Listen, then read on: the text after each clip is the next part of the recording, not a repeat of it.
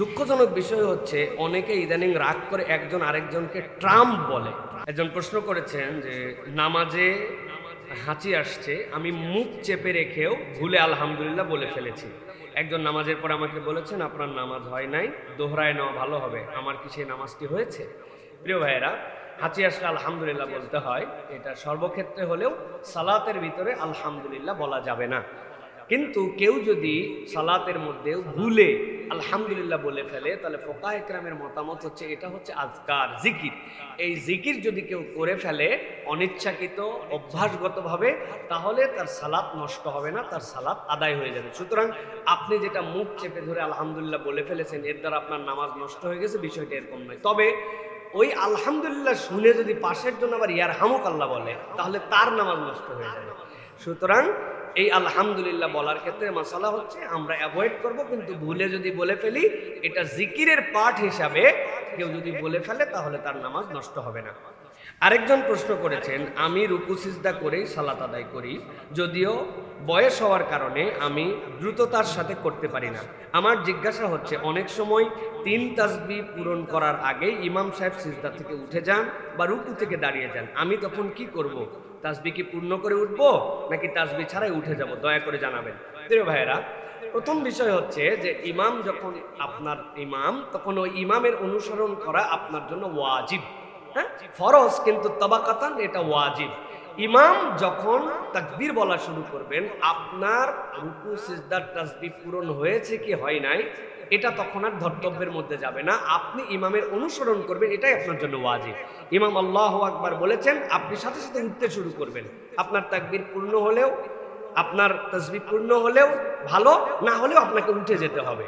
সুতরাং আপনার দায়িত্ব হবে যে আপনার বয়স হয়ে যাওয়ার কারণে দেখা যাচ্ছে তাল মিলায়ে আপনি পড়তে পারছেন না, অথবা আপনার উঠাটা একটু আস্তে ধীরে হয়, কিন্তু আপনার নিয়ত থাকবে আপনি যখন ইমামের কমান্ড শুনেছেন আল্লাহু আকবার, সাথে সাথে আপনি উঠতে শুরু করবেন।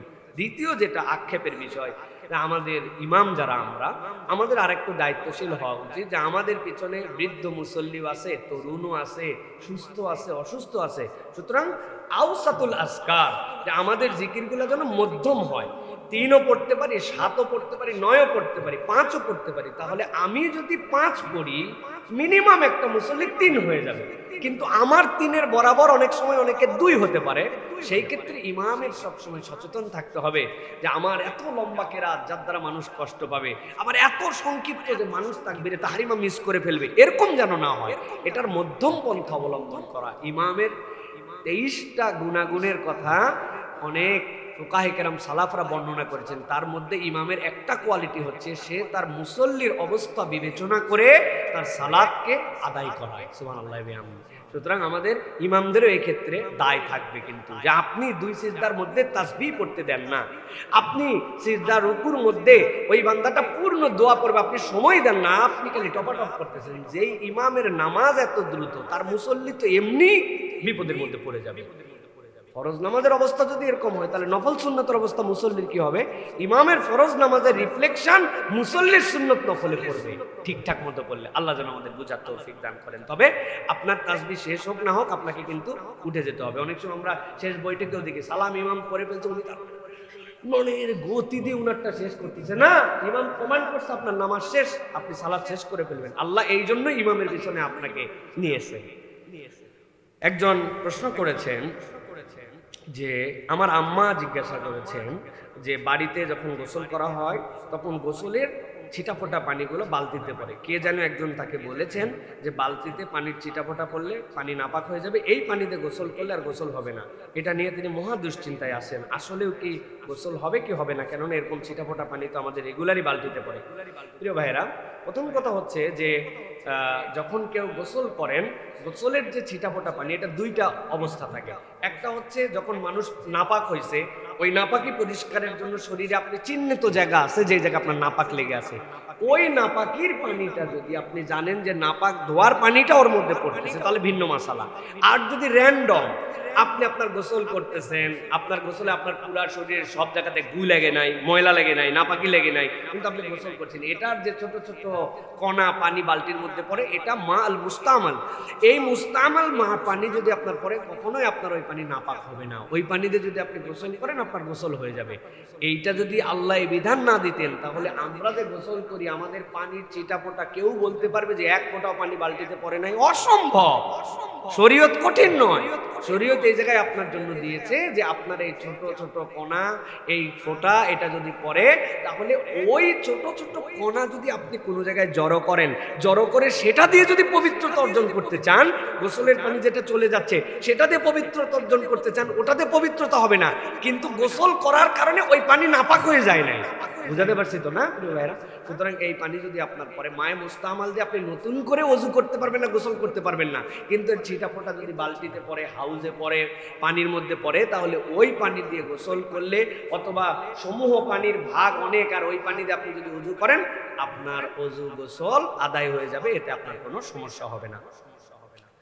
একজন প্রশ্ন করেছেন, আমি রং মিস্ত্রি, আমার জিজ্ঞাসা হচ্ছে যে রং করার পরেও আমি সালাত আদায় করি, কিন্তু ওয়াক্তের মাঝে আমি তারপিন দিয়ে হাত ধুই, হাত ধুয়ে সাধ্যের মধ্যে কাপড় দিয়ে ডলে পরিষ্কার করি, কিন্তু ওযু করার পরে অনেক সময় দেখি নখের কোনায় বিভিন্ন জায়গায় দু এক ফোঁটা করে রং রয়ে যায়। আমার জিজ্ঞাসা হচ্ছে, এভাবে কি আমার ওযু হয়েছে বা আমার সালাত হবে?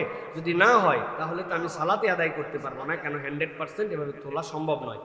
জি প্রিয় ভাইয়েরা, শরীয়তের মাসালা হচ্ছে যে সাধ্যের মধ্যে কেউ যদি এরকম পেশার মধ্যে থাকেন, যিনি রঙের কাজ করেন, এই রং তার হাতের মধ্যে লাগে, অনেক সময় এই রংটা এরকম হয় যে ওয়াটার রিসিস্ট টাইপের, ওইটার নিচ দিয়ে পানি পার হয় না, কিন্তু তিনি তারপিন দিয়ে তোলার জন্য চেষ্টা করছেন, পরিষ্কার করছেন, তারপরে দেখেন নোকের কোনায় লেগে আছে, হাতে লেগে আছে, সেই জায়গাতে উনি মনে করছেন যে হুজুর পানি তো আমার পৌঁছায় নাই, আমার নামাজ হবে কিনা। না, এরকম দুশ্চিন্তা করা আপনার কোনো কারণ নাই। আপনি আপনার সাধ্যের মধ্যে সর্বোচ্চ চেষ্টা করে পরিষ্কার পরিচ্ছন্ন হয়েছেন এবং আপনি সালাতের জন্য গেছেন। যেহেতু আপনার এটা পেশা, আপনি যদি একদম নিখুঁতভাবে করতে চান, তো জোহর থেকে আসর পর্যন্ত ডলা লাগবে, আপনার জোহর নষ্ট হয়ে যাবে। ফুকাহা ইকরামের মতামত হচ্ছে আপনার সালাত হয়ে যাবে, এই নিয়ে আপনার পেরেশান হতে হবে না। কিন্তু আপনাকে এইটা এনশিওর করতে হবে যে আপনি আপনার সাধ্যের সর্বোচ্চটুকু চেষ্টা করেছেন, বাকিটুকু আল্লাহ রাব্বুল আলামিন কবুল করে নেবেন। আরবিতে একটা টার্ম এই জন্য বলা হয়, আস-সায়ু মিন্না ওয়াল ইতমামু মিনাল্লাহ। প্রচেষ্টাটা আমাদের, কবুল করার মালিক আল্লাহ। কারণ বান্দা তার প্রচেষ্টাতে 100% পারবে না, আল্লাহ এই জায়গার থেকেই ছাড় দিয়ে দিয়েছেন বান্দার জন্য। সুতরাং আমি বলবো, যারা এই পেশার মধ্যে আছেন, এই ধরনের পেশার মধ্যে আছেন, অজুহাত দিয়ে নামাজ বাদ দিয়েন না, উঠেই না তো, রং একটু রয়েই যায়, অজু হলো কি না হলো, একবারে পড়বনি, শেষ করে ভালো করে ধুয়ে কাজা আদায় করবেনি। না, আপনি আপনার চেষ্টা অনুযায়ী আদায় করে ফেলেন, আল্লাহ রাব্বুল আলামিন বাকিটুকু কবুল করে নেবেন ইনশাআল্লাহ।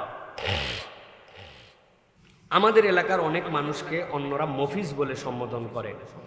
গালাগালির এক পর্যায়ে আমরা ইদানিং আমলে দেখতে পাই যে আমাদের বাজারে মানুষকে রোহিঙ্গা বলে কটাক্ষ করতেছে।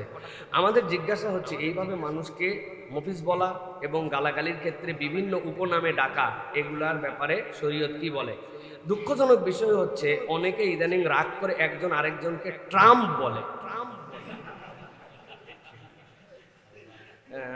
প্রিয় ভাইয়েরা, প্রথম বিষয় হচ্ছে যেটা ভালো করে আমাদেরকে মনে রাখতে হবে, আল্লাহ কুরআনুল কারীমের মধ্যে আমাদেরকে বলেছেন, ইয়া আইয়ুহাল্লাযীনা আমানু লা ইয়াসখার কওমুম মিন কওমিন।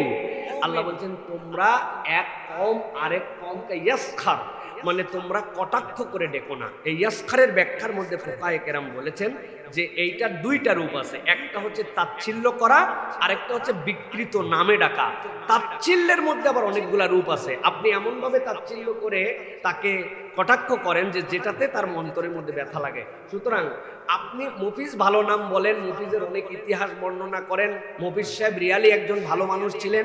যখন রংপুর অঞ্চল থেকে মানুষ ঢাকায় আসতে পারতো না, তখন উনি মানুষদেরকে কাজের জন্য পাঠাতেন, তাকে আল্লাহ সামর্থ্য দিয়েছিলেন। তো যারা যারা ভাড়া দিতে পারবে না, তারা ছাদে উঠতো বা ভিতরে দাঁড়ায় থাকতো। এরপরে জিজ্ঞাসা করতো মানুষজন, এই মফিজ কারা?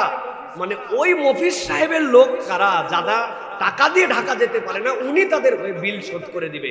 তো যারা গরিব মানুষ তারা বলতো যে আমি মফিজ, মানে উনার লোক আমরা। এখন ওইটাকে ক্রিটিসাইজ করে আমরা বানাই দিছি মফিজ। তো এই যে ক্রিটিসাইজ, এই ক্রিটিসাইজটা হারাম ইসলামে। আল্লাহ বলছেন লা ইয়াসকার কওমুম মিন কওমিন আসা ইয়াকুনু খায়রাম মিনহুম, তুমি যাকে কটাক্ষ করতেছো হতে পারে সে তোমার থেকে ভালো, সুতরাং কটাক্ষ করা হারাম, বিকৃত নামে ডাকা হারাম। রোহিঙ্গা এটা তো একটা মোটামুটি একটা মজার ডাক। আহা, যারা তাদের মাতৃভূমি ত্যাগ করে, যাদেরকে হত্যা করে, যারা হিজরত করে চলে আসতে বাধ্য হয়েছে, তাদের মধ্যে কিছু খারাপ মানুষজন আছে, সেটা খারাপ মানুষ তো সবার মধ্যে আছে, কিন্তু এটাকে কটাক্ষ করে আপনি একজনকে বিকৃত করে রোহিঙ্গা বলতেছেন, এটা খুবই খারাপ। তবে শেষে যেটা প্রসঙ্গ সেটা হচ্ছে যে ট্রাম্প বলে যে ডাকতেছে, এটা তো একদম বলা পুরা নিষেধ। কারণ একটা মানুষ দুনিয়াতে যত খারাপ হোক এর সমান হতে পারে? তা আপনি একটা লোককে এই মাত্রা শেষটা দিয়ে বিকৃত করতেছেন কেন? এটা কেবলমাত্র শয়তানের সাথে বলা যাবে, ঠিক কি না? শয়তান বরাবর উনি, এইটা বললে কোনো গুনাহ হবে, এই দুটা বরাবর সাওয়া সাওয়া। কিন্তু মানুষজনকে খবরদার এটা বলা যাবে না, কারণ একটা মানুষ যত খারাপ হোক, এত খারাপ হোক যে আপনি স্কুলের বাচ্চা মেরে ফেলার পরেও, আপনি বেসামরিক অবকাঠামো ভেঙে ফেলার পরেও, আপনি বিদ্যুৎ কেন্দ্র ধ্বংস করে দেওয়ার পরে, আপনি পানি শোধনাগার ধ্বংস করে দেওয়ার পরে বলতেছেন সভ্যতাকে ধ্বংস করে দিব। এটা পৃথিবীর ইতিহাসে এই বর্বরচিত কথা বলার মতো ধৃষ্টতা কেউ দেখায় নাই। আর সে এটা বলে যখন, সেটা আসলে মানুষের কাতারে পড়ে না, ঠিক কিনা? খবরদার এইটা বলে কাউকে গালি দেন না, আল্লাহ দয়া লাগে আপনার, যা বলেন বলেন আপনি, হ্যাঁ তারে আল্লাহ গুনাহ মাফ করে দিবে, কিন্তু এই গুনাহ কিন্তু আল্লাহ মাফ করবে না। যে তুই কোন নামে গালি দিছিস আন্দাজি, এত বড়। আল্লাহ রাব্বুল আমিন আমাদেরকে বোঝার তৌফিক দান করুন। সর্বক্ষেত্রে মনে রাখতে হবে সিবাবুল মুসলিমি ফুসুক ওয়া কিতালুহু কুফর। একজন মুসলমান আরেকজন মুসলমানকে গালি দিবে না। আপনি নিজেই বুঝতে পারবেন যে আমি সম্বোধন করতেছি, যদিও সম্বোধন সুন্দর শোনা যাচ্ছে, কিন্তু আমি গালি দিচ্ছি কিনা। এই টেন্ডেন্সি হলে আল্লাহ নবী বলছেন এটা ফিস্ক, স্পষ্ট আল্লাহ দ্রোহিতা, কবিরা গুনাহ। সুতরাং আমরা এটাতে অ্যাভয়েড করবো। আল্লাহ আমাদের বোঝার তৌফিক দান করেন।